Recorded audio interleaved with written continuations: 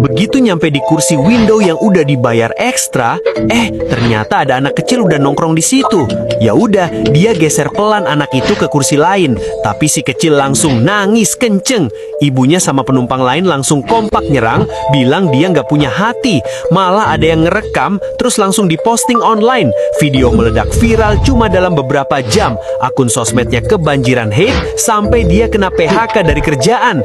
Dia nggak terima dan gugat kasusnya ke persidangan dan mendapat $1 juta.